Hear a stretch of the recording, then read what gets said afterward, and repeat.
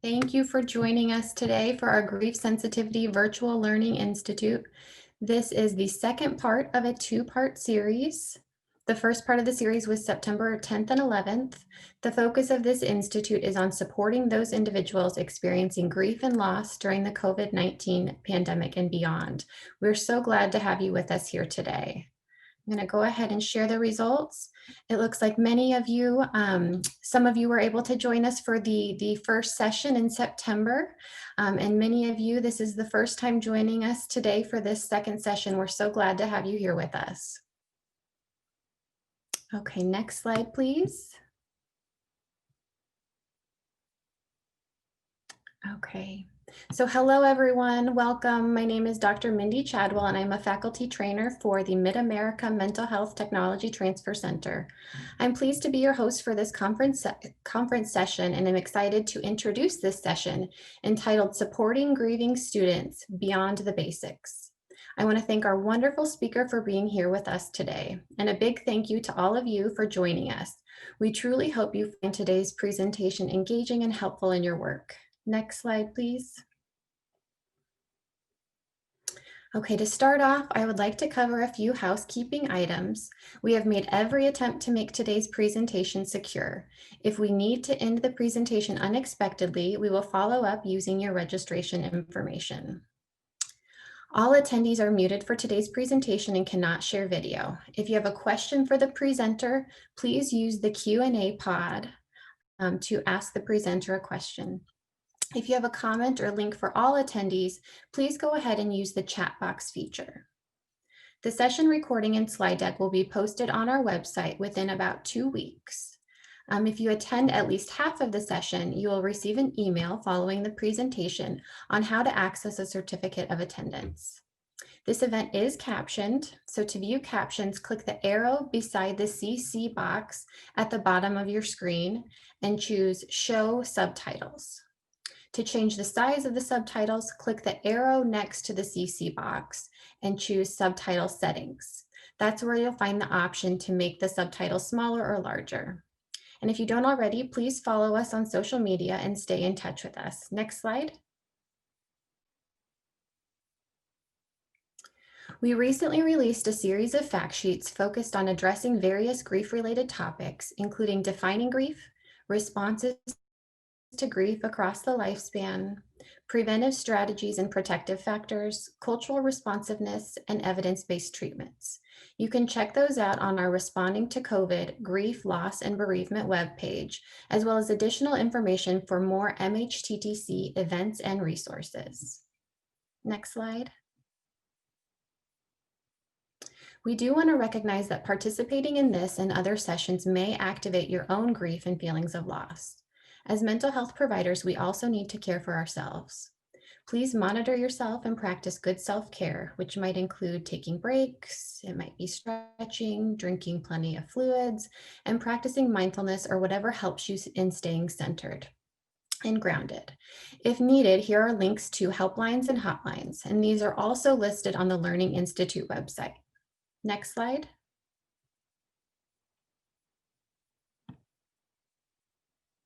Our SAMHSA-funded MHTTC network focuses on technology transfer, which means the adoption and implementation of evidence-based practices for mental health across the United States and territories.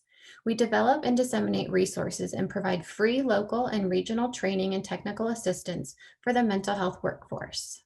Next slide. And here is our lovely map displaying the centers that make up the MHTTC network. We have 10 regional centers, a National American Indian and Alaska Native Center, a National Hispanic and Latino Center, and a network coordinating office.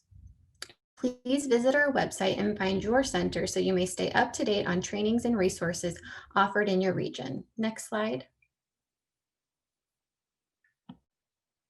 This presentation was prepared for the MHTTC network under a cooperative agreement from the Substance Abuse and Mental Health Services Administration, also known as SAMHSA.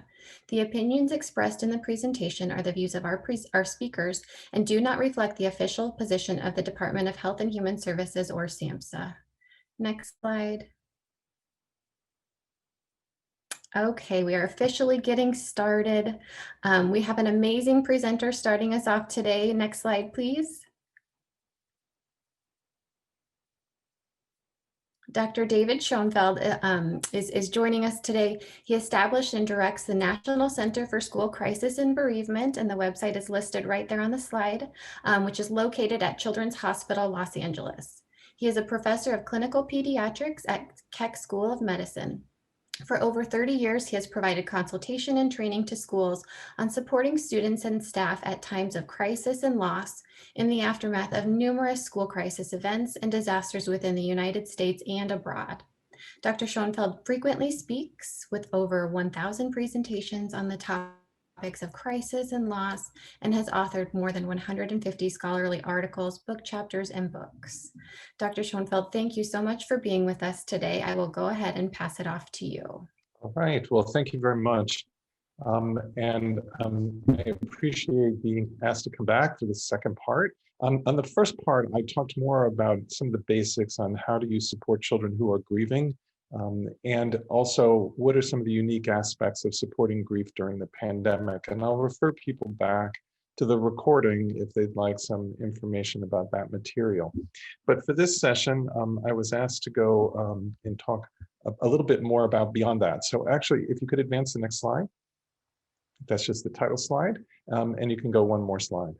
So what I plan on talking about today is some of the unique aspects that were not covered in the more basic presentation. So I'm going to be talking about supporting preschool-age children who are grieving, and then I'm going to talk about what happens when grief goes to college, and so how do you support students that are transitioning to college campuses, both during the pandemic and even outside the pandemic.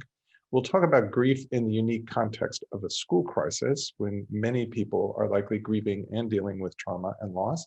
And then we'll talk about the principles of commemoration and memorialization, and then finally touch on professional self-care. So if you can go to the next slide, I want to first talk about how do we help young children understand what death means. There are 4 concepts about death that children need to understand before they can fully grasp and then cope with the death. The first is death is irreversible. The second is all life functions end completely at the time of death. The third is everything that's alive eventually dies. And the fourth is that there are physical reasons why someone dies.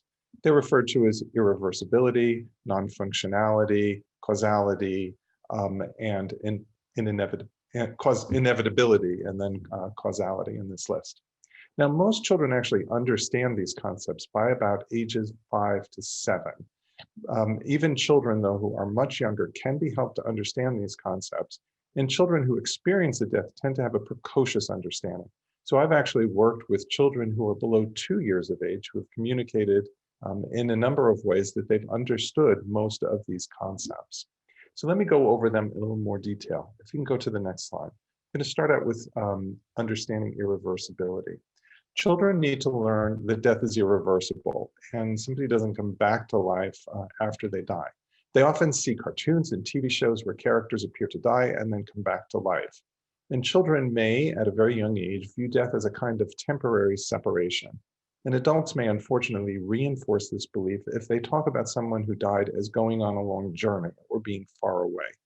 But if children only view death as a temporary separation, they actually have no reason to begin the mourning process. And they may even be angry for the person for not contacting them or returning for important occasions. So understanding this concept allows children just to begin to mourn. If you go to the next slide. Children also need to understand that all life functions end completely at the time of death. Otherwise, they may worry unnecessarily about the physical suffering of the person who's died. They may worry that the person who died is in pain, is hungry or thirsty, or is afraid about being in a coffin or being buried. If we ask a child to draw a picture or write a letter to place in the casket, say a parent has died or a sibling, you need to be sure that the child actually realizes that this is symbolic. You know, when I first did my presentation, the first presentation I did, which was over 30 years ago, I was asked to talk to some children who had experienced the death of parents from natural causes. There were 3 of them in this one school. They were unrelated. The deaths were unrelated to each other. And so I went to meet with those children before I gave a presentation to the class. I already knew about these four concepts, and I asked them a little bit about them. All three of the children told me that they were having nightmares, and all three of them were having nightmares of the person being buried alive or digging themselves out of the grave. And this is actually a common image that you'll find in horror films, which are in many ways geared to children. And I've noticed as I've gone around the world talking on this topic, when I've asked people to translate, they've never had problems translating zombies or vampires. It's just a very common type of part of horror films. And when there used to be video stores and you could walk through them in the horror section, you'd often see pictures on the covers of the horror films of hands coming out of the grave. So again, if you tell a child, draw a picture for your mom and you put it in the casket, they're likely to conclude that their mother can see it. Otherwise, after all, why would you do that? So the issue is if their mother can see the picture, they can also see that they're in a casket. And they're also aware of the fact that they're being buried. And we have a lot of, lyrics to songs, not to target a particular group, but often in country music, that talks about people looking down on you from heaven after they've died, or their tears, or what we see when it rains. And so those type of things can be uncomfortable for young children who still don't understand the non-functionality. So understanding this concept helps children understand that the person who died is not physically suffering. If you go on to the next slide. Children should also be helped to understand that everything that is alive eventually dies. Now, children may otherwise believe that they and their loved ones will never die, and therefore they can become confused why a particular death that does touch them personally has occurred. As they try to make sense of why a particular death has occurred, they may conclude that it happened because of something bad that they did. In other words, the child did something bad and the person they loved has been killed as punishment, and that leads to guilt. Or they may assume that the individual did something that was bad, and therefore they may feel shame related to the death. So understanding the concept that every living thing eventually dies will decrease the amount of guilt and shame that children might otherwise feel. Then if you go on to the next slide, we also need to help children understand their physical reasons why someone dies. If children don't understand, at least at a basic level, the real reason why a person has died, they're more likely to create explanations that lead to more guilt or shame. So adults can help children understand the physical cause of a death if they use brief, simple language at an appropriate developmental level. It's important to avoid graphic details which aren't necessary for children or for adults either. Now, understanding this concepts about why people die, again, helps to minimize the feelings of guilt and shame that they might otherwise feel. Now, I do want to say that this information is still relevant for older children and adults. They're going to question the same concepts. So, for example, if you have an adult who has experienced a death, they may wonder if the person is, they may start to question, do I see this person in a crowd? I imagine they're still going to come back. They're going to, or walk through the door at any point. They're going to question whether the death is actually irreversible in terms of non-functionality. You may find people will say things, adults will say, well, I know that they can't, their body doesn't work anymore, but I still imagine somehow that if I talk to them, they're going to hear me. Inevitability, people will say, well, I know that everyone dies eventually, but I still never thought it would be my brother or my sister or my parent. And then causality, they will question the real reason why the person has died. So the issue is adults, this is a framework that's useful for older children and adults as well, because they will question the same concepts, but there's a difference between comprehension and acceptance. Children at a young age may not actually understand it, and they need to have that comprehension as a necessary precondition to adjustment. But I want to say that that is not sufficient in and of itself to make sure that they truly accept it. But children, even at very young ages, as I mentioned already, can understand these concepts. A lot of times, for example, people will say, and it's still in some of the literature, that it isn't until older ages, so even approaching adolescence, before children can understand the irreversibility of death. But to be quite honest, that's something they can understand at a much younger age. I remember talking to one of my own children after the death of a close family member and explaining it to one of my children who was under 2 years of age at the time, was about 20 months. And I tried to explain what had happened, and I used the word dead, but she hadn't been exposed to the word before, so she didn't understand it. And finally, I hit on that the person was all gone. And once I said all gone, she walked over to a bag, took out a book that was a book that we had read to her a number of times, opened it to the page where the child takes the cereal bowl and turns it upside down. She pointed to that page and said, "All gone?"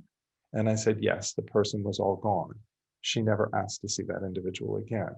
So children can understand irreversibility, but to be quite honest, it's always hard to accept that, even when we're adult. And I will say that this framework is particularly helpful if you're assessing and clarifying the understanding in older children who have intellectual or neurodevelopmental disabilities to help figure out where they are in their conceptual understanding of death. And this is something I discussed in the prior presentation. Now, even after young children have a conceptual understanding of death, they may still misunderstand some of our explanations. If you go to the next slide. For young children, their thought processes tend to be what we refer to as concrete and literal, and that may lead to literal misinterpretations. I still remember as a child, I passing a funeral home while we were driving with my family, and so I read the sign, so I must not have been that young. And I remember asking my dad, "What is a funeral home?" So he said a funeral home is a place where they put people who have died in a home-like setting so that others can visit them and feel comfortable to still be in their presence. Not a bad explanation, particularly since he was driving the car after all. And I remember just asking him, I thought about it, and then I said, well, what do they do when they run out of space? And he just said, oh, actually, although they just look like regular houses, they have a lot of rooms in them. So they can fit a lot more than you would think. And I just said, well, that just doesn't seem right. And he said, yeah, I would prefer to be cremated when I die. And that was the end of the conversation. And I didn't ask any more questions. It wasn't particularly frightening to me, but I remember taking it much more literally than he had intended. He had said that they put people in home-like settings so people can visit them as they were when they were alive. That was part of the explanation. So I had been to a wax museum and I thought it was pretty much the same thing. So I thought there was someone in the kitchen washing dishes. There was someone reading a newspaper in a chair. He never mentioned that they bury the bodies afterwards. So I didn't know that people didn't just keep visiting. And so I had imagined that eventually, no matter how many rooms there were, just physically, you had to run out of space and it would get very crowded after a short period of time. And again, I didn't find that frightening. No one had recently died, so I didn't ask the follow-up questions, but I do remember being confused about it. But sometimes children will have these little misinterpretations, and they actually can be very frightening. I remember one child, she was about 7 years old, she had sickle cell disease, and she came into the hospital, into the emergency room with a painful crisis and was very distressed. She got the appropriate treatment, but remained very distressed. And eventually, over time, I was able to talk with her and get a little bit more background information. It took me hours to figure this out, so I'll just be very brief. What had happened was when she was in kindergarten, 2 years prior to that, one of her classmates had passed right in the middle of class, and she assumed it was from sickle cell and that her mother had waited too long to get her treatment. And so she always had this fear that she would die whenever she had one of her attacks. And as we talked some more, I finally figured out what had happened. Her friend who had passed had not actually passed away. She had passed out. She had simply fainted. She was brought to the nurse's office. Her parents came and picked her up. It was the end of the school year, so she didn't return for the rest of the year, and then she switched schools. So after several hours of trying to figure out what she was thinking about, I finally just said to her, your friend passed out, not passed away. She fainted, she didn't die.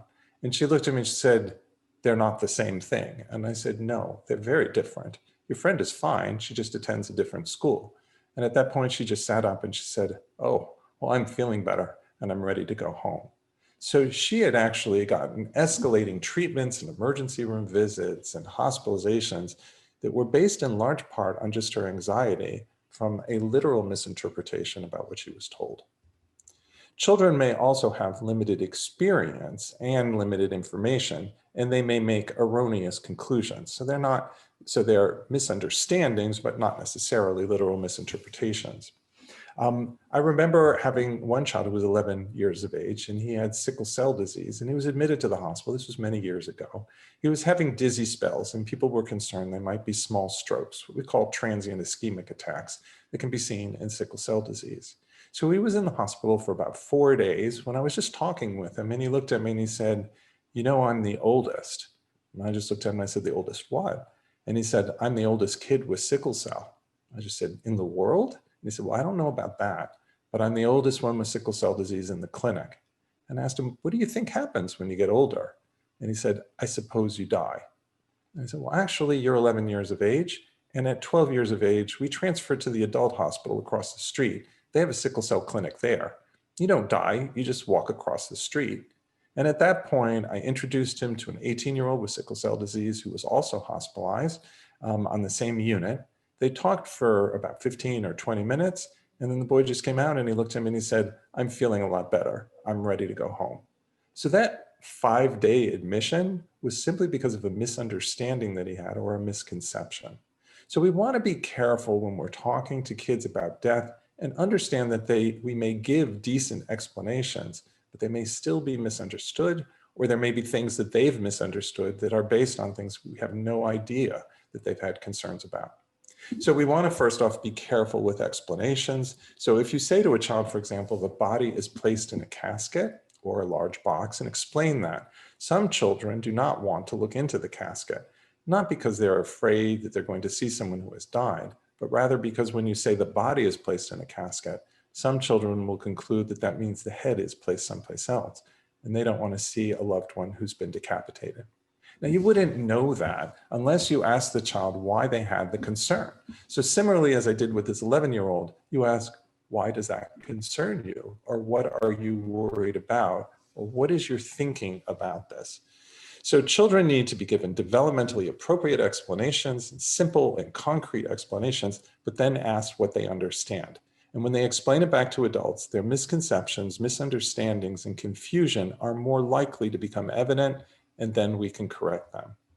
Now, religious explanations can be shared with children at any age based on the belief system of the family, but they shouldn't be relied upon as the sole explanation of death.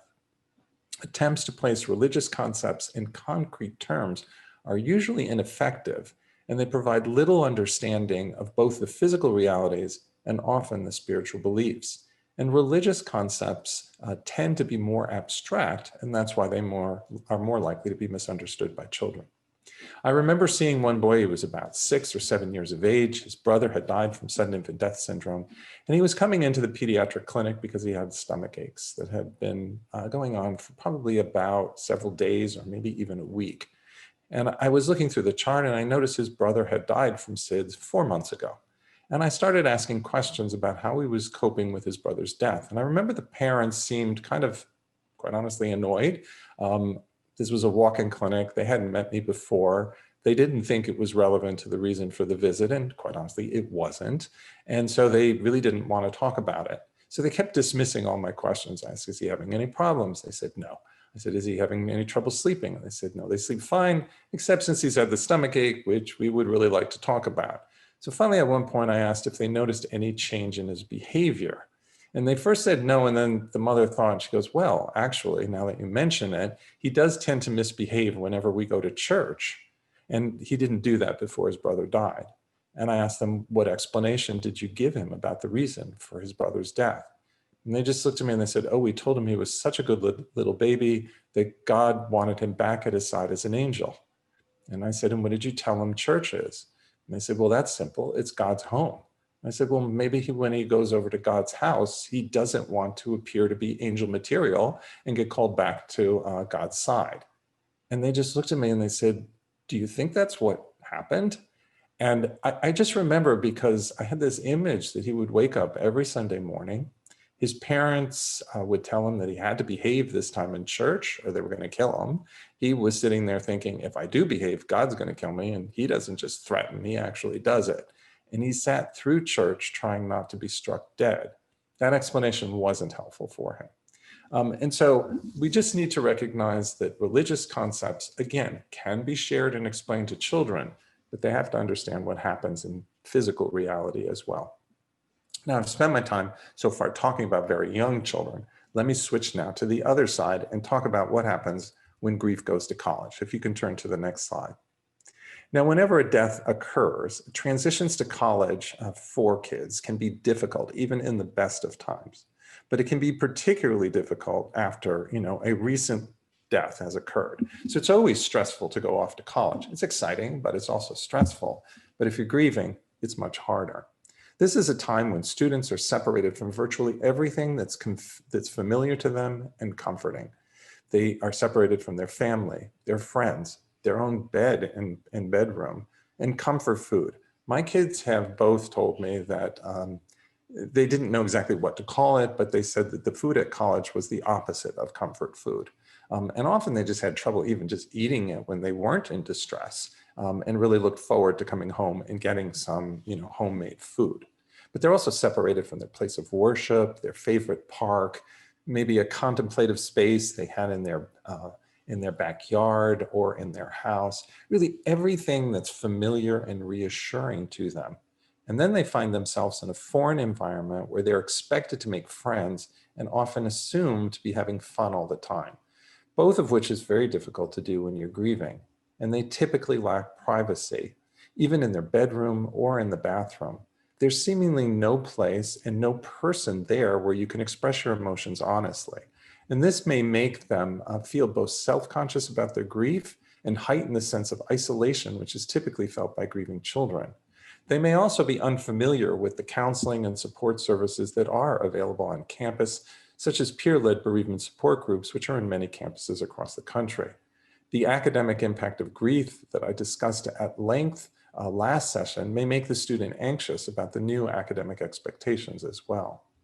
And if it's a family member or friend or family friend that died, children may also worry about their parents and other family members that they feel they've left behind and feel it's selfish to leave the home to pursue their own education or their career. And they may be reluctant to burden their parents by even expressing their grief and their current struggles when they do talk with them. School professionals and pediatricians and other healthcare providers can reach out to recently graduated students to check in with them after they arrive at college and help them identify some of the resources on campus.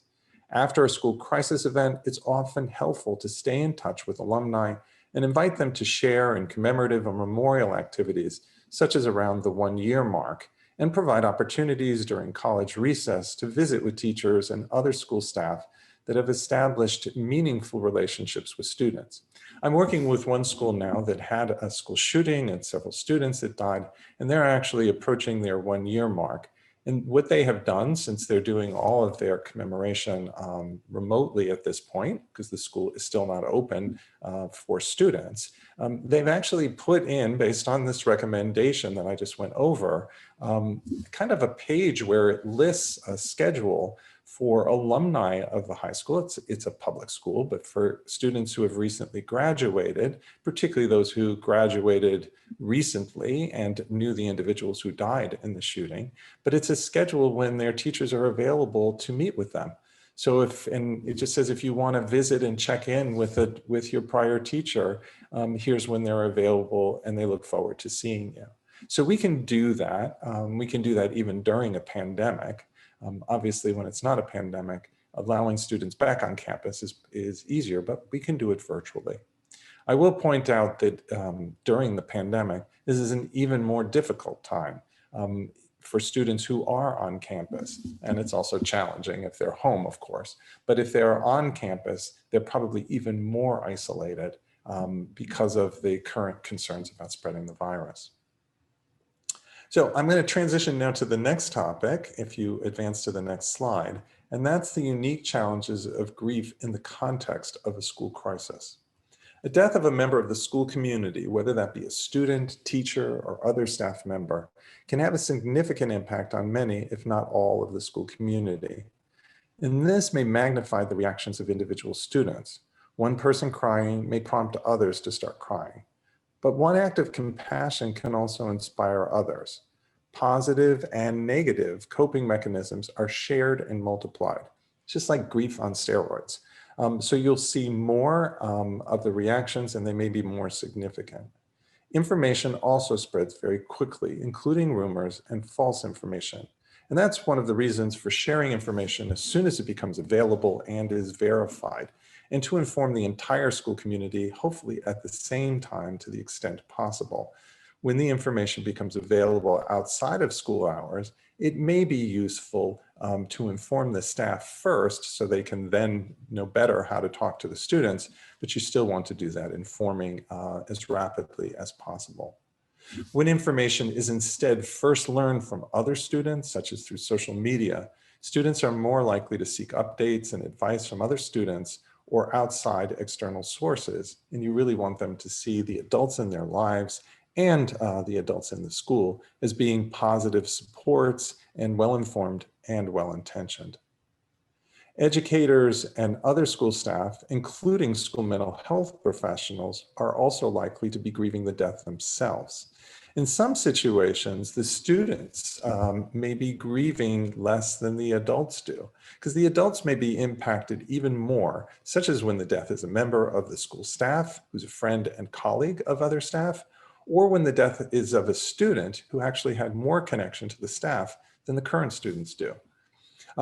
I remember talking with one school. They had a school shooting that occurred on a number of individuals who were killed. And this happened in high school in September. Well, it turned out that they were freshmen. And so the issue was that the teachers had just met the students within the past week or two. And it was the teachers in the middle school who were actually more impacted. But because the shooting happened in the high school, most of the support naturally went first to the high school. I remember stopping by the middle school several weeks after I had started working with the school. And I just asked to speak to the principal. She was in her office. I closed the door and I just sat down and I just said, "How are you doing?" And she looked at me and she started crying.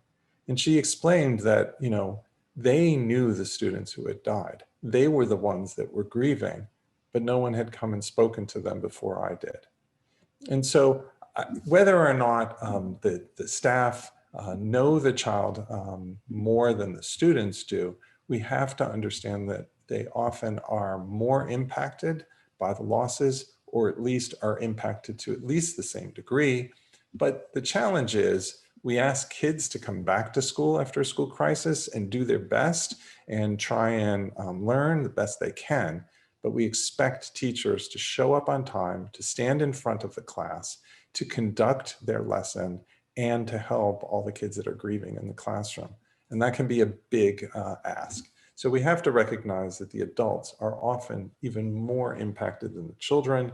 And while there are limited resources available in many schools for grieving students, when you compare it to the need, you'll find that there are far less available to the adults. As mentioned in earlier sessions, most educators, unless they're providing counseling or mental health services, are predominantly providing support and academic accommodations, and they're helping grieving students identify individuals in the school, home, and community for additional support. Often educators voice concerns that they may become tearful or get choked up when talking with their class, but displaying genuine human emotion in time of crisis is actually appropriate. When educators demonstrate distress temporarily and then cope effectively, they set the expectation for expressing distress, they model effective coping for students, and they help students learn how to express and cope with their feelings. So it really is not a problem if they show a little bit of human emotion. It's actually a good thing. It's helpful to the students, and it models how they can do the same. If you go to the next slide. When there is a death that occurs in a school, though, it's important to reach out to students who may be more likely to be significantly impacted by the death. This might include close friends, as well as students who had a complicated or difficult relationship with the individual that died. You might also look for classmates and members of the same extracurricular activities. So one rule often is just to have a school mental health professional follow the schedule of the student that died to help identify those individuals and to directly offer support. Students who shared some meaningful characteristic which increases their sense of identification to the deceased, or a characteristic related to the cause of the death may also be more impacted. For example, a student who's using drugs after a student dies from an overdose may feel more at risk, or a student who's learning to drive after a student dies in a car accident. And as I mentioned in the prior session, students with prior losses or prior emotional difficulties are also at more risk. We should be checking in with them. You can advance to the next slide. Students may demonstrate distress or seek support for a range of reasons, not only because their grief is related to the death of a member of the school or broader community. The death may remind them of prior losses or worries about future ones. I remember I did some training for a school in Las Vegas prior to the shooting at Mandalay Bay. And they called me the following morning just to check in and to see if they could get some additional advice on how to help their students. And none of those students actually had been at the concert, and none of their family members or friends had. That was the same for the staff. So they weren't as directly impacted as you might imagine. But they told me that based on what I had said, they already picked up the fact that a girl who came to the office crying about her mother having cancer and worrying that she might die was probably triggered by a lot of the news items and interviews and stories about grieving people related to the shooting in the concert.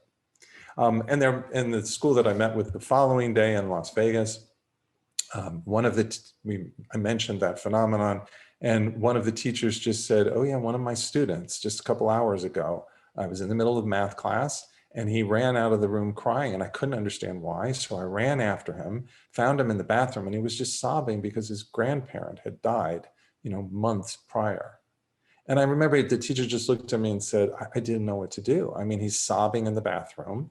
I've left my class. I need to go back and supervise them. And we don't have a counselor in the school. So I didn't really have anywhere to send him or anyone that he could speak to. So that happens. And I talked last time about grief triggers. And so, I talked at that point about how to manage it. But we have to realize that this happens with staff as well. So I remember doing a workshop, this was many years ago, an elementary school student had found a gun, accidentally discharged, and another young child had died. And I was going to talk with the staff about how do you support grieving kids.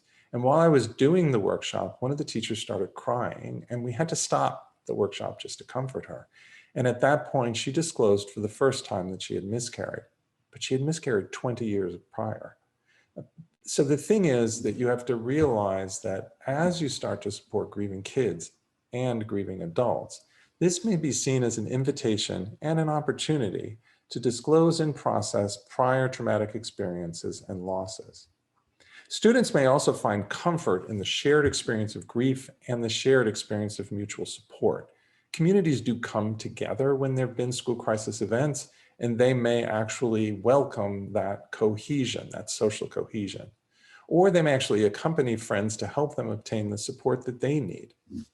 I remember coming home one day when my kids were young, and my wife just, said, why don't you ask your daughter what she did during lunch today? She was in 2nd or 3rd grade at the time. So I asked her, what did you do?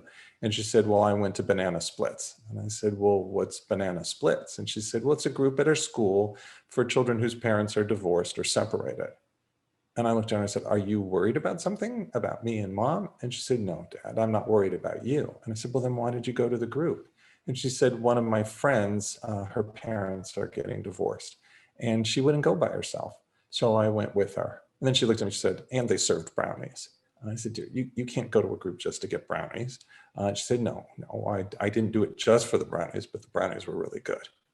So then I just turned to my wife and I said, so why did you bring this up? And my wife just said, why don't you ask her how long she's been going? So I said, how long have you been doing this? And she said something like 3 months. I said, yeah, you can't keep going back to the group for the brownies. She said, no, Dad, they are good, but my friend really needs to keep going. And so I'm afraid if I stop, she will stop as well. So there are many reasons why kids may go to receive the bereavement support or go to the support rooms or the counseling. And that's something we need to prepare teachers for. I often receive complaints from educators when they believe that students are, in their words, taking advantage of the situation and seeking support from counselors during classroom time, despite that they don't perceive they had a particularly close relationship with the person that died. So, they'll look at, and I'll say, well, what are you worried about? And they said, well, I think they're just trying to get out of math class. And that's why they're going to the counseling or to the support rooms. So I look at them and I said, well, if you go to a support room or you go for counseling and you're talking about death and trauma, it's actually not very much fun. That's hard work. And so if they would prefer that to your math class, then you got a problem with your math class. Now, it may be that the math teacher is fine. Maybe the child has a learning disability in math. So I'm not implying that, it's all the teacher's fault. But I said, it's generally not the case that kids are going there to have fun because there's nothing fun about it. So it may be that they go to the support room because all their friends are there and they like the cohesion of coming together. And if you have, too many people in your support rooms, you should then shift the work into the classroom. And not just continue to hold support rooms that are open-ended. But if children are going for individual counseling, I tell all the teachers, they may be going to talk about something else in their life that's bothering them, or something else, or a death that's occurred in the past, or concerns or fears about a loss, or a traumatic experience. And so we need to trust that the counselors know what they're doing and that they're providing counseling to kids who are benefiting from counseling. If you are very concerned, then you can certainly say to the counselor, a teacher can reach out and say, I noticed that the student has lost a lot of class time. It seems to occur right before tests or during tests. I wasn't aware that the child had a close relationship with the students that died, but I just wanted to check to make sure that you think the counseling is still of benefit. The counselor is not going to be able to tell you the reason for the student's individual reactions and shouldn't for privacy reasons, but they can certainly hear what you're saying and be a little bit more questioning if they haven't seen a logical reason for it, the student to keep attending. It's also important to reassure children that it's okay if students are not personally impacted by a shooting that's happened in a school. I remember when I went to Las Vegas right after the shooting that happened at Mandalay Bay, I was talking to one of the mental health professionals there, and they were really concerned because this individual was very concerned because she told me that her son spoke to her and said something to the effect of, Mom, I just want to be honest with you. I don't know anybody who died at the concert. And obviously, I wasn't there. And to be honest, it's sad that that happened to people, but it doesn't really impact me. I'm not really impacted by this personally. And at that point, his mother just said, well, dear, we all react different ways when we're under stress. And he just looked at her and said, Mom, you're not listening to me. I'm not reacting differently. I'm not having a reaction. And he said, look, I know not to tell other people this. I mean, I'm just telling you. I'm just being honest. I'm not really bothered that much by it, even though I recognize it is sad and unfortunate. And she actually called me. I was on my way back to the airport when this happened, and she was worried about her son and even asked me, do you think he might be on the autism spectrum? And she said, no, I think he's being honest. It's okay if kids are not personally impacted by something that doesn't personally impact them. But in a school shooting, that may actually feel uncomfortable to kids to admit that. Now, the next area I wanted to talk about was memorialization and commemoration, and they present opportunities for members of the school community to take an active role in constructing an enduring memory related to a crisis, allowing participants to select both what and how they wish to remember and honor what of importance was lost or permanently altered by the event. Memorial and commemorative activities help children express and cope with difficult feelings they would otherwise seem overwhelmed by if they had to deal with it by themselves. It also provides an opportunity to realize that you're not alone in having fears and concerns and to learn from others how to cope with troubling feelings. And it's also a chance to share some coping techniques that you've used or that others have used. And as a group, they can increase their understanding of what's happened and also their adjustment to the event. By planning and taking part in this memorial or commemorative activities, children can exercise at least some control over how they want to acknowledge the events, even if they felt powerless to change the event as it was happening. And they can also exercise some control about what and how they wish to honor what was lost or permanently altered. What you plan for a memorial event is far less important than how you go about planning it. For memorial events to have meaning for children, they must first be involved actively in the planning, and the event should be relevant to their interests and their developmental needs. School staff should engage students in a discussion of what they would like to remember and what would be the best way to acknowledge the events. And adults should avoid the temptation to tell children what they should be feeling or how they should express those feelings. It's just far better to ask them and then listen to their responses. If you advance the next slide. A commemorative activity or memorial event that is planned by adults for children, to be honest, is more likely to be helpful to the adults.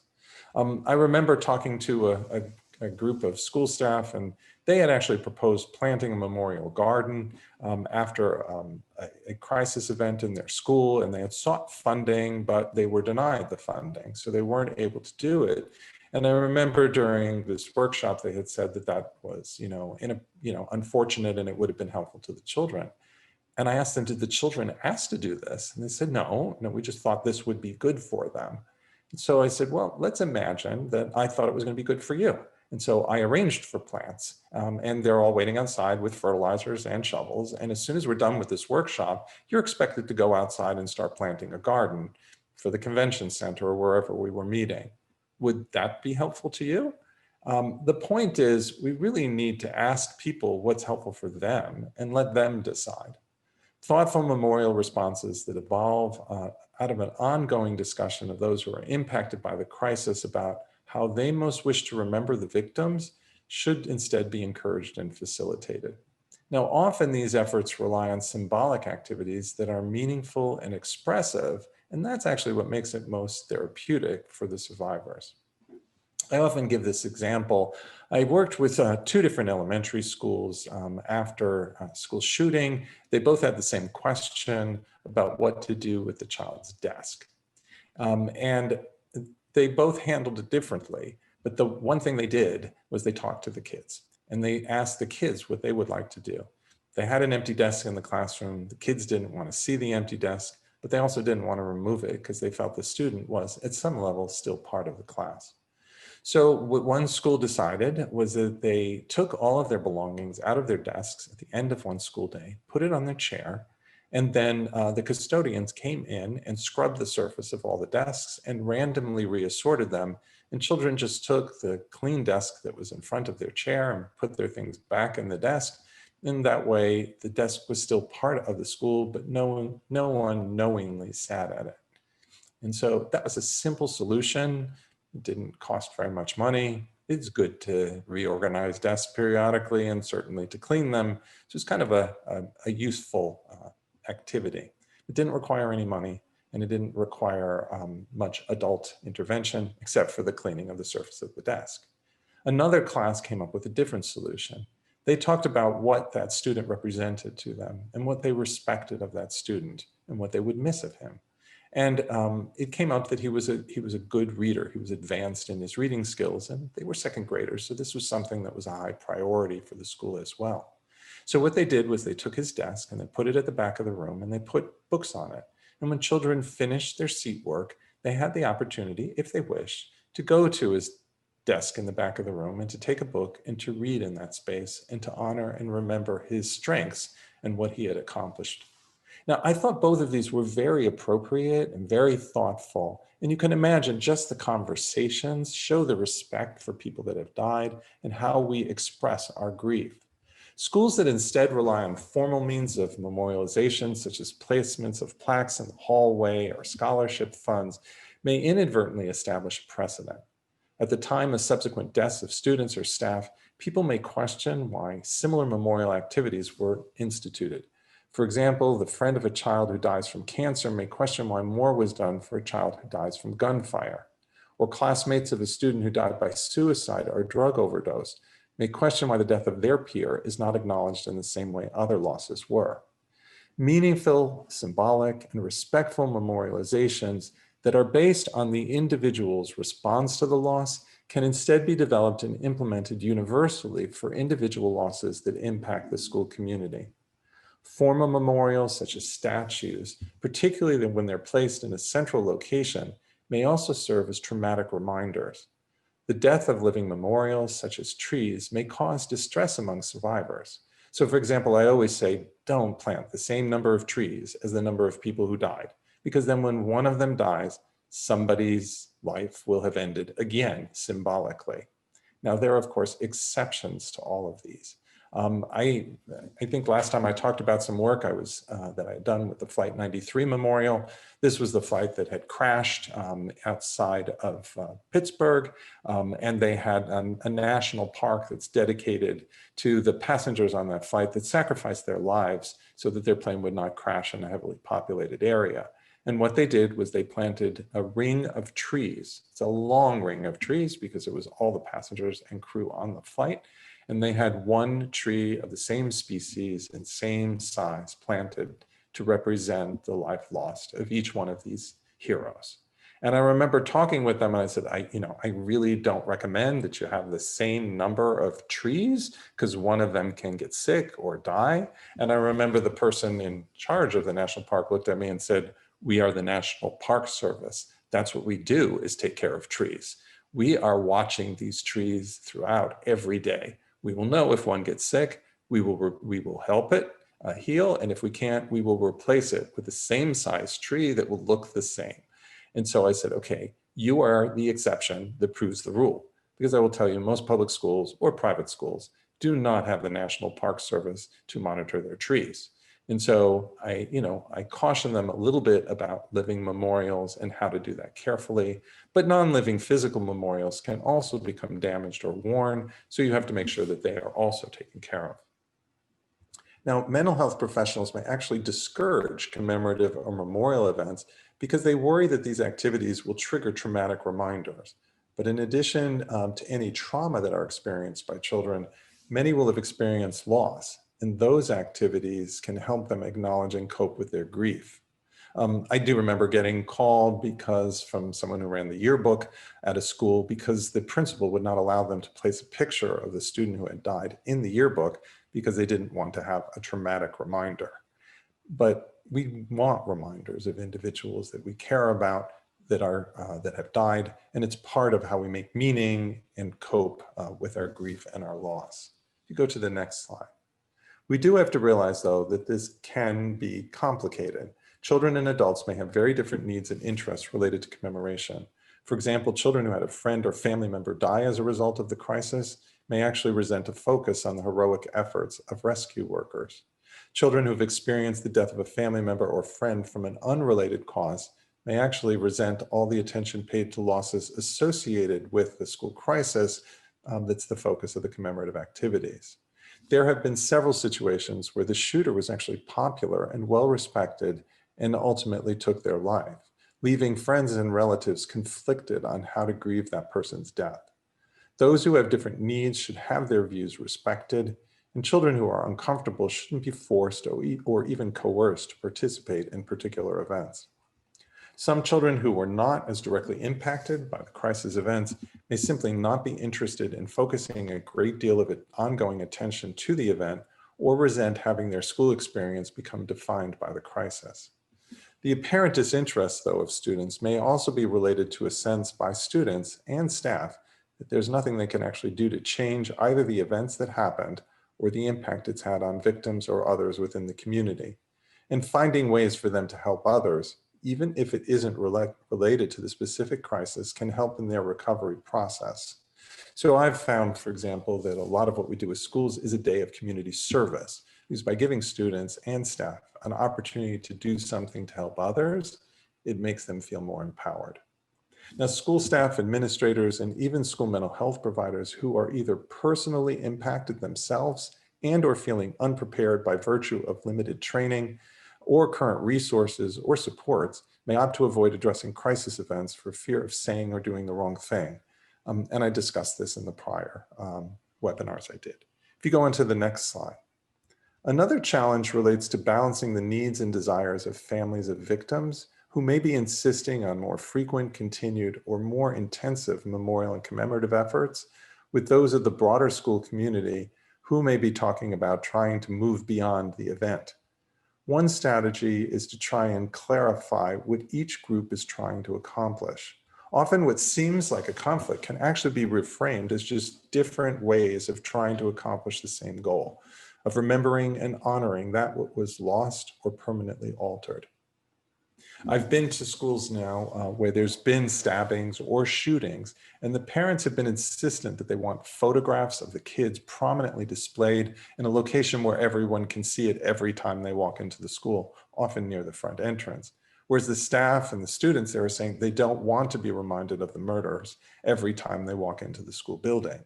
And so we really need to work out a way that we can honor, remember, and create an enduring presence of these students and staff that were killed in a way that is not traumatic or overwhelming to the staff and the students. And the last issue relates to the goal of memorialization efforts. In my opinion, the goal is to remember what was lost and what we wish to preserve, rather than remember the moment or the method of loss. We don't want to memorialize the tragedy as much as what we lost from the tragedy or subsequently learned from the experience. So I really do recommend that you try and minimize traumatic reminders so that memorial activities that aim to preserve the details of the moment of the tragedy, for example, the time a shooting or bombing occurred, should be reconsidered. For example, holding a moment of silence at the exact minute the plane struck the World Trade Center towers may not be as advisable as holding a moment of silence at a time that fits more appropriately that day into the school schedule, such as during morning announcements. I went over this with Broward County Public Schools after the shooting at Marjorie Stoneman Douglas. And we actually worked out that on the first year mark, they had a half day of school. The reason for that was the shooting happened in the afternoon and the staff did not want to be present at the school at the time that the shooting did occur because of the traumatic reminders. But we also wanted the school open so that children could use the counseling services that were made available in the wellness center. And if the school was closed, all of the students, which were many students who used the counseling services, wouldn't have a bus to get to the school and would be less likely to be able to use that. And some people did want to get together. It actually was, we worked out a lot of details, including that the school was voluntary. You did not have to come to school that day if you were at that school or any of the schools that were in close proximity to Marjorie Stoneman Douglas. And there were alternative community-based activities, and it was a day of service. And so there was a lot of thought that was put into it, but they did have some very brief reading of the names of the individuals that died on campus for students and staff who wished to be there. But they did the moment of silence, they did a moment of silence throughout the entire district, but it was done at 10:17. Shooting, as I said, happened in the afternoon, and it didn't happen 17 minutes after an hour.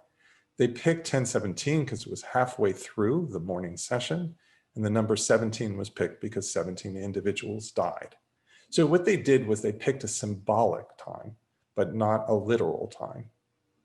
Now, it's true for some crisis events, it is important to have current and even future generations attempt to understand and remember how a tragedy came about, such as major terrorist attacks or the Holocaust, in order to try to ensure that it doesn't happen again. We have seen museums do the Holocaust and the World Trade Center attack as well. This may even take the form of educational presentations or, as I said, exhibits in museums. But the goal is not necessarily to try and preserve the memory of exactly how it was carried out. I remember at being in a different state that I lived in the past, there was a children's museum and they were having an exhibit on the Titanic. Probably a lot of you have been to exhibits on the Titanic. And they talked about that they would have the same china, that people ate off the day of the tragedy. They had menus, they had information about what songs were played by the orchestra. So they went over that they were going to recreate everything that happened before they hit an iceberg. And I do remember that part of the exhibit was that they said they would have a some tank that was filled with water that was the same temperature as the water was when the Titanic hit the iceberg. And the children had the opportunity to place their hands in the tank and feel how cold it was. To me, that seemed inappropriate. I mean, first off, the temperature is going to be freezing, and we all know the temperature. You can do this at home. You can just put ice cubes in a bucket and add water, and you'll hit the same temperature. You don't have to go to a museum for that experience. And it really didn't seem like it related at all to what you hope to remember about what happened. So I think we have to be cautious that we really don't want to have these traumatic reminders, but yet people do it. So the next topic that I wanted to talk about was professional self-care. And this is the last topic before I open it up to questions. So please start putting some questions into the chat box or the Q&A box so that we'll be able to answer them. So in terms of professional self-care, it's important to recognize it's distressing to be with children and adults who are in distress. We sense a vulnerability in children and naturally want to shield them from painful experiences. Children's questions as they try to make sense of a death can be particularly poignant and moving. And sometimes it's difficult to recognize that the assistance we provide is important and that it's actually working. If someone is crying or upset, it's hard to feel like you're helping them, even if you are. So it's critical that staff find ways to have their own personal needs met and appreciate and address the impact supporting students who are grieving is having on them personally and professionally. I remember talking to one superintendent after a presentation at a large conference, and he waited until everyone else had left and told me that he had experienced, there was a bus accident in his school system. This was actually a school system outside the United States. And there were a number of students that had died in the accident. And he said it really upset him after it had occurred. He was able to do a little bit better as time went on, but then there was a trial, there were other crisis events, there was the 1 year mark, and he said, and there's still things that remind him and make him upset. And so he started getting very tearful, and he just looked at me and he said, it still bothers me that these students died. He said, maybe I should just retire. And I looked at him and I said, if you wake up one day and it wouldn't bother you if the students died, then please do retire. You shouldn't be a superintendent if you don't care whether or not the students die. I mean, let's be honest, that's a pretty low bar. And if you can't get above that bar on any day, it's not a good day for you to be working as a superintendent. The problem is not that we care about kids. That's a good thing. The problem is we have to make sure that we also take care of ourselves so it doesn't cause us more distress. And this isn't just after school crisis events. I remember doing an in-service for a school. I actually got 5 hours to talk with all the staff on how to deal with crisis and loss during their professional development time right before the school year started. And that Friday afternoon, one of the teachers came up to me and asked to meet with me alone. And she explained to me that she hadn't gone in and set up her room for classes on Monday morning. She said she just couldn't do it. And I asked her why, because they had had some losses in the school community, but none of them had occurred in the school building. So I knew they didn't happen in her classroom. And she looked at me and she said, if I go in and I set up that class, that means on Monday, I'm going to meet a whole new group of students. And if one of them die, I don't think I can deal with it. And so the issue is, it isn't just after school crisis events. Teachers really care deeply about the students, as do school mental health providers and administrators, et cetera. And it's hard. It's hard to see them grieve. And supporting grieving students can also trigger a range of reactions in adults, and especially if the child's loss is somehow similar to an adult's personal experience. I went to one school to provide support after a shooting that had occurred, and one student, it was a young student, had died.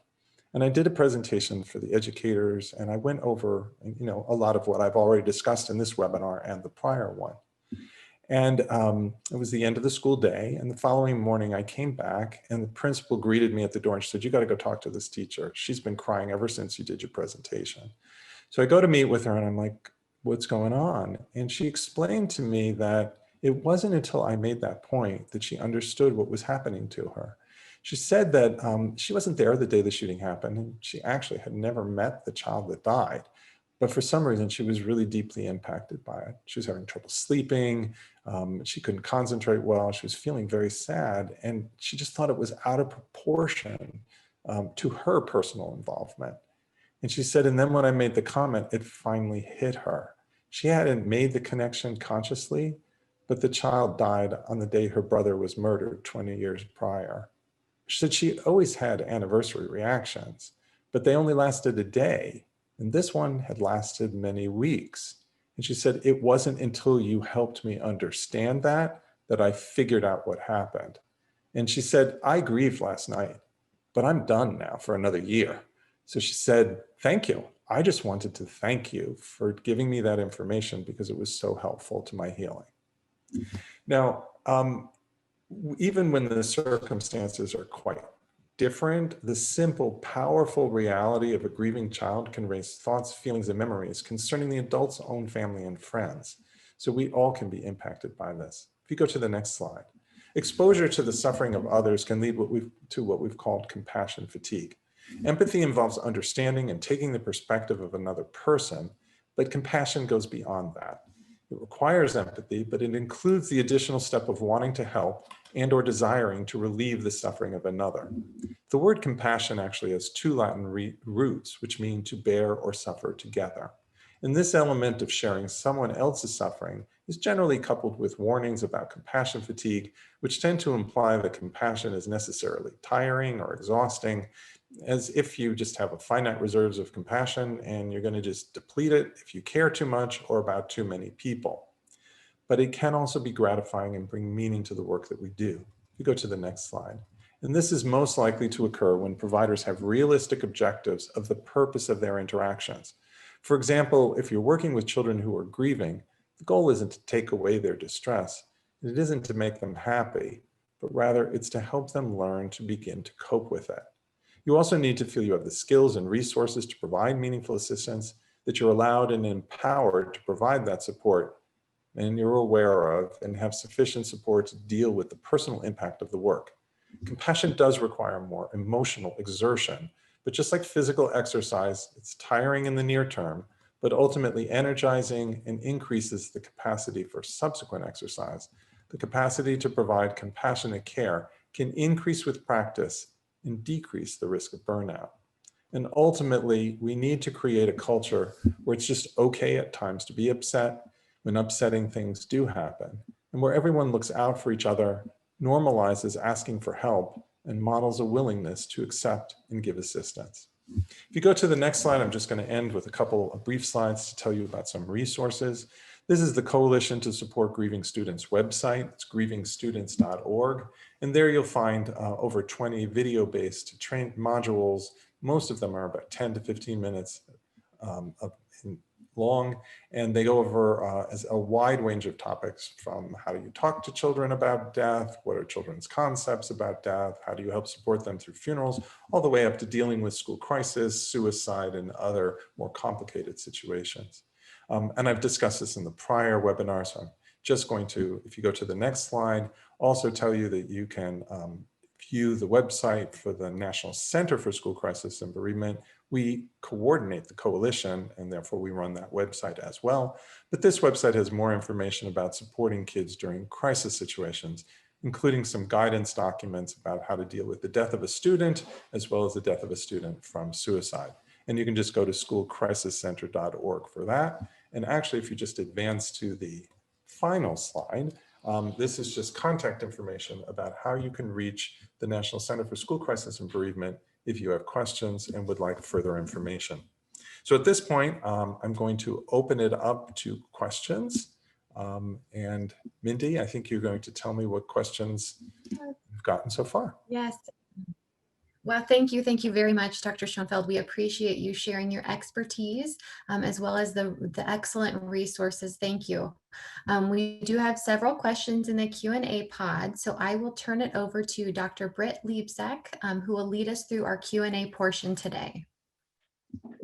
Great, thank you. All right, we have some great questions for you.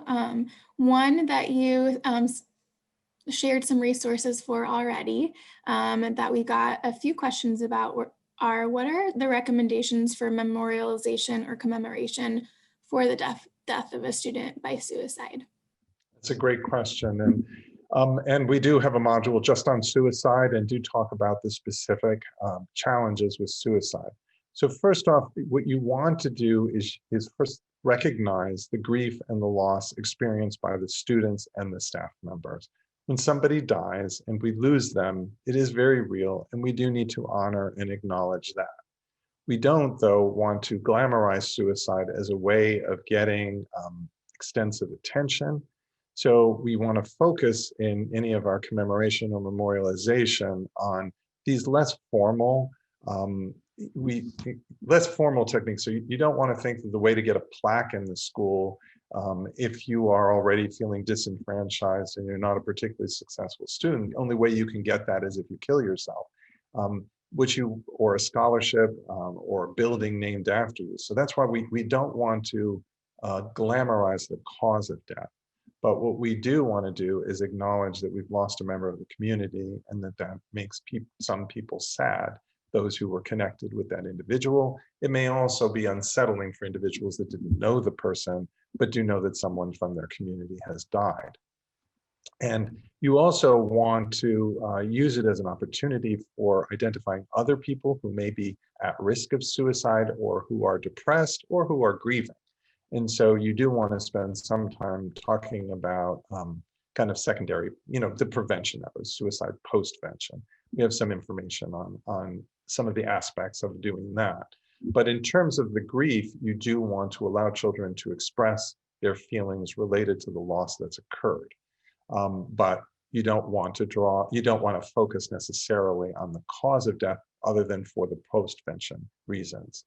So a lot of times people say, well, we'll have someone come in and speak about suicide and how to prevent depression or how to manage depression.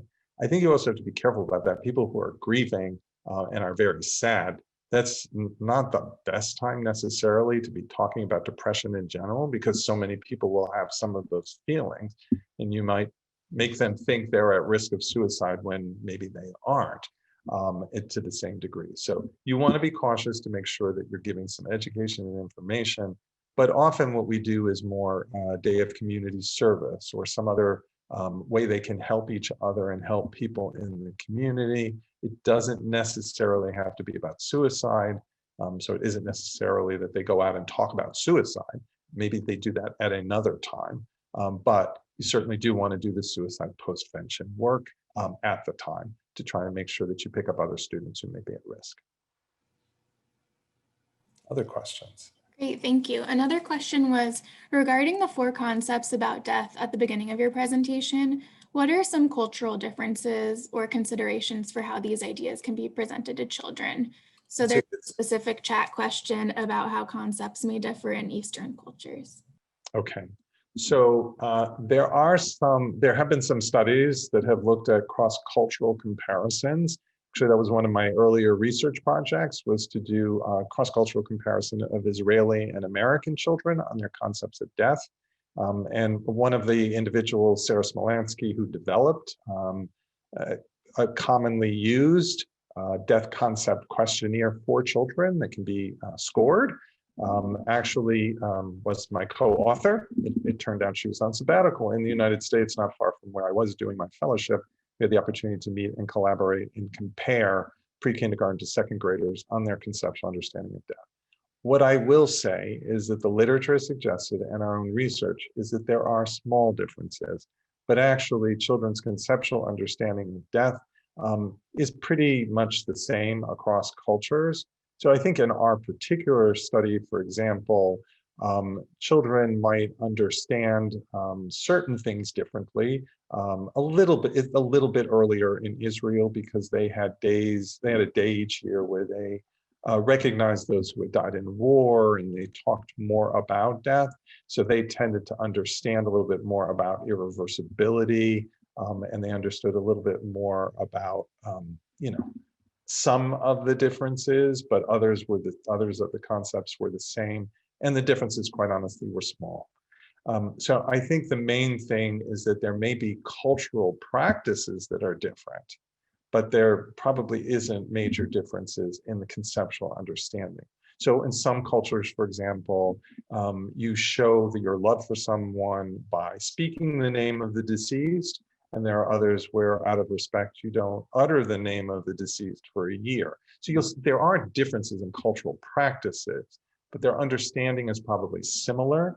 And I think we can use a lot of the same approaches for supporting a grieving child, irrespective of what their cultural background is, as long as we recognize that there are differences in cultural mourning practices, and that it's probably best to ask a child and their family what works best for them.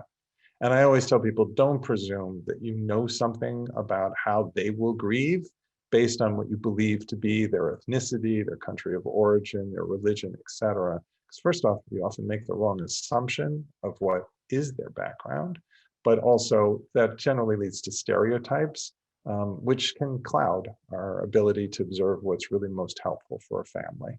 And so I think it's best to approach the family with an open heart and an open mind, and take cues from them, and recognize if you know how to help a child grieve in your culture, and you can do that well, you got a good chance of being able to help children of a different background.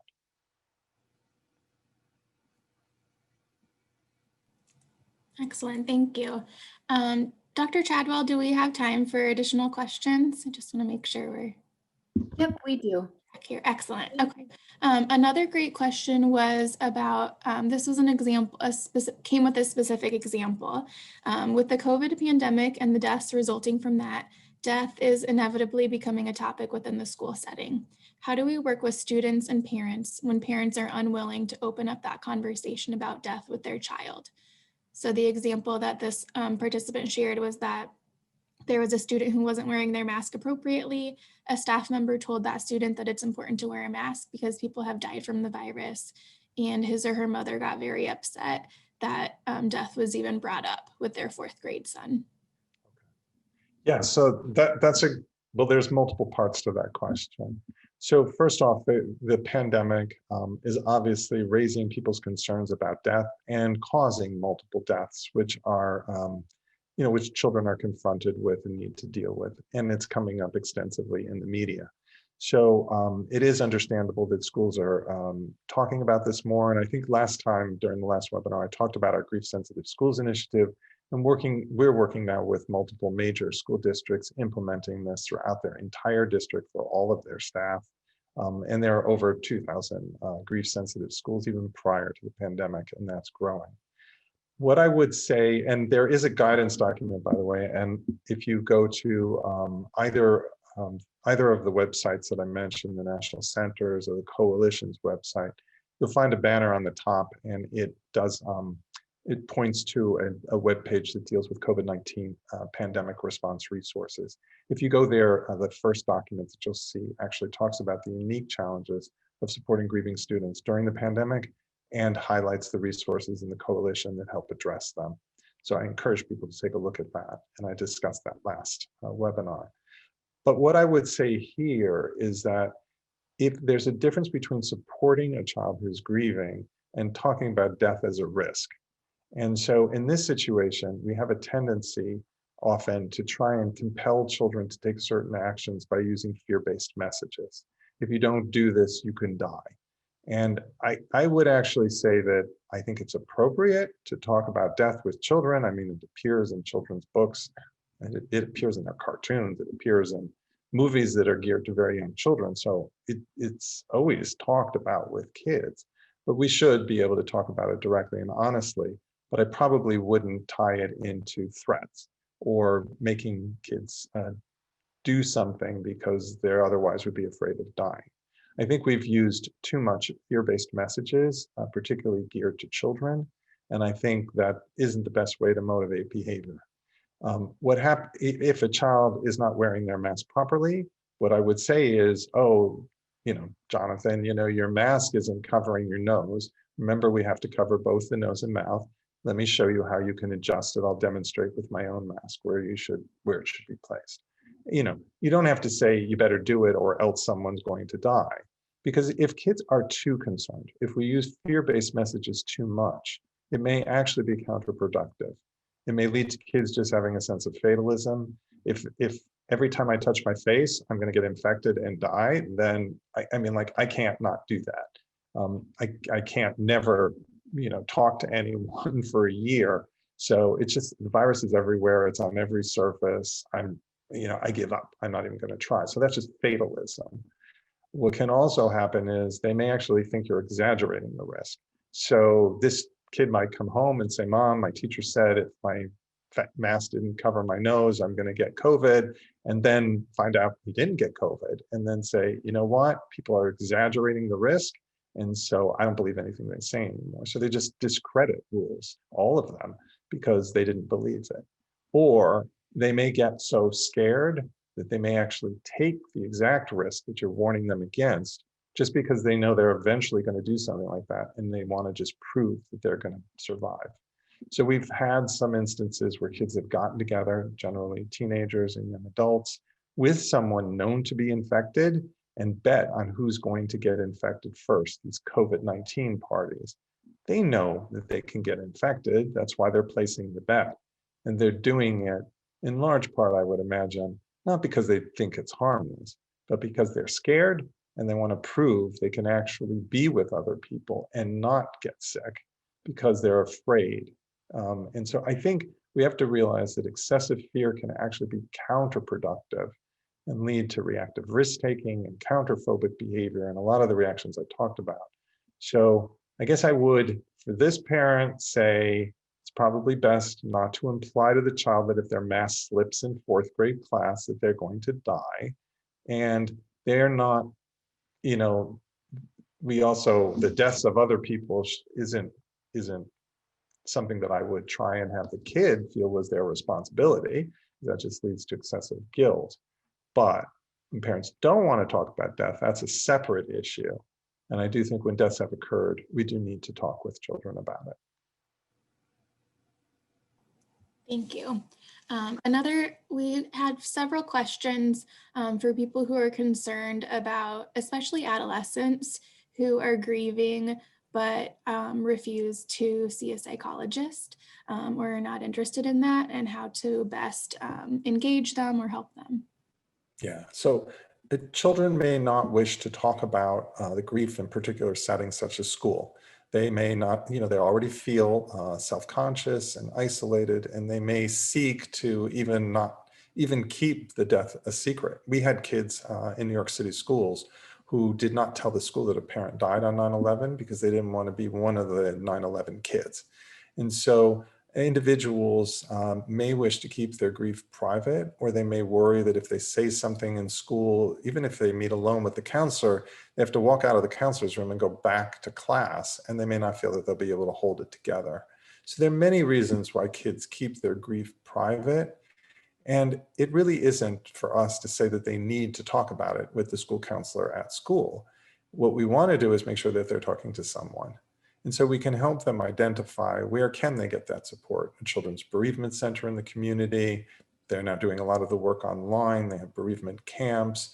They might speak to someone in their faith-based organization and get counseling in that setting, or they might actually be able to speak to a friend of the family or a relative of the family who's not personally grieving. We have to recognize that bereavement is not a mental illness. And so most people who do provide the support are lay people. They've often gone on for some training about how to support grieving kids, but they don't necessarily have a mental health background. And they may be able to find those individuals in multiple places. So our goal is really to make sure that in schools that we're able to make the school experience as supportive and positive as possible, to provide the academic accommodation so school doesn't become a source of stress, and to make sure that they're getting support from someone. But they may not choose to do that in the school or with a particular person in the school. Thank you. Another question we had was how to support students who develop maladaptive coping strategies to cope with their grief. For example, a video game addiction or something like that. Yeah, and so if a technique that they're using for coping is maladaptive, what you want to do is provide more adaptive options and provide support for the student so that they can learn these other more adaptive mechanisms. I would say that it may be difficult. I mean, the kid might say, like, I don't want to talk about it. And if you feel that what they're doing is actually causing problems, then you can focus on the problems. You can say, well, you're telling me you're not sleeping. You're telling me that you don't feel comfortable with your friends the same way you used to, but you're also telling me this isn't bothering you. And I call this gentle confrontation. Do you think maybe it might be bothering you a little bit more than you said? And so there's a certain amount where you can, I think we tend to try and say what's normal or abnormal, and people resist that because they don't like to see themselves as mentally ill. And people who are grieving are not necessarily mentally ill. I mean, bereavement is not an illness. So instead, you can say, can I help you learn some strategies and techniques so that you can deal more effectively with this, or so that you can sleep better? Um, I remember taking care of one kid. I was providing counseling in the hospital. She was a teenager, and she had a terminal illness, and she was dying. And she really did not want to talk about it. She said she just wanted to go home. And I found out from her she knew she could die from her illness, and she wanted to go home. In other words, she wanted to die at home. And I worked with her, and she got that wish. She was only home for about 3 or 4 hours before she died, but that was what she wanted. But and she didn't want to talk about her impending death or the fact that she may be dying, but she did meet with me so that I could teach her techniques so she could sleep better, use some self-hypnosis so that she could fall asleep. It's a long story, but because of her illness, she couldn't close her eyes. She had bled into her facial nerve. And she had temperature spikes up to 104. So she had chills and rigor, and she couldn't close her eyes. And so she couldn't sleep. And so we worked on helping her sleep. And so sometimes what you're doing in counseling is not addressing, the underlying grief, but if they have maladaptive responses, how to deal with those so that they're more adaptive. And then hopefully they'll be more amenable to dealing with their feelings that are underlying that. I also will say that if you suspect or know that a child's maladaptive responses are actually harming themselves, they're abusing substances, they're suicidal, those are emergencies. And we don't wait until people are ready to talk about it. We do make sure that they get the support they need immediately. Those are mental health crises, even if they occur in the setting of bereavement. But otherwise, if it's just that they're not enjoying themselves as much, but they're not depressed, they're not concentrating quite as well in school, but they're not failing, then you can kind of say, okay, if you're having trouble concentrating in school, let's figure out how to give you academic support without necessarily compelling them to talk about their grief. Thank you so much, Dr. Schoenfeld. I am going to hand it back over to Dr. Chadwell. Okay, thank you, Dr. Schoenfeld. I know throughout the presentation, the chat was very active with kudos, and we appreciate you so very much.